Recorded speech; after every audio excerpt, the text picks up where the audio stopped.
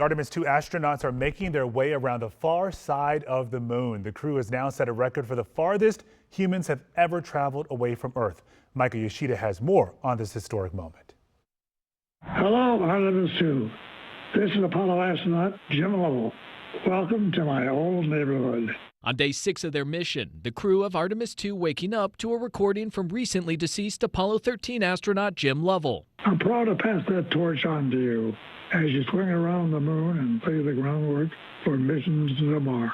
Their lunar flyby breaking his record, traveling farther from Earth than any human, and setting eyes on parts of the moon no human has before. We most importantly choose this moment to challenge this generation and the next to make sure this record is not long-lived. At their closest, an estimated distance of 4,070 miles from the moon, the crew will be surveying the moon's far side, which always faces away from Earth. The astronauts received extensive training from experts in how to scientifically observe the moon and its unique features. They'll be taking pictures, making observations, pretty much the whole day event. Views that can reveal more about its history. Also noting details on soil composition, terrain, and other insights that will be vital to future missions. At some point, we got to go back to the surface, and we're doing a bit of a recon right now, in addition to testing the spacecraft. In all, the astronauts have roughly 7 hours to look, take notes, and photos during the flyby. We're going to learn an awful lot about the spacecraft, which is pretty paramount to set up for subsequent missions like Artemis III in 2027, and of course,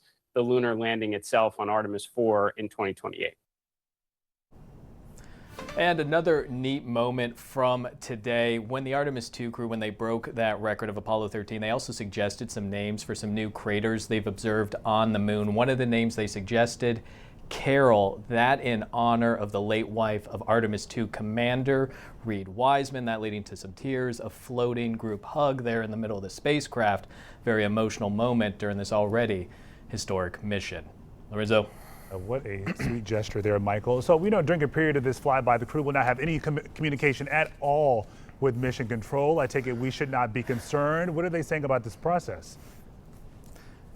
Yeah, when you hear that, you kind of start to stress out, but being at the launch last week, listening to officials over the last few days, they say this is nothing to worry about, this happens, and that they're not stressing at all, so we shouldn't either. They have a plan going into it. That crew in Artemis, they'll keep doing their observations of the moon, taking their photographs. Flight control back here on Earth, they'll probably step back for a second, take a breath, reflect on everything, and then after about 40 minutes or so, that communication will be reestablished, and then they'll go on as if nothing had happened. They also pointed out that these are things that happen even with the ISS, the International Space Station. There are moments based on the way the technology works where you don't have the direct sight for those communications, so again, sounds stressful, but really nothing that we should be worrying about.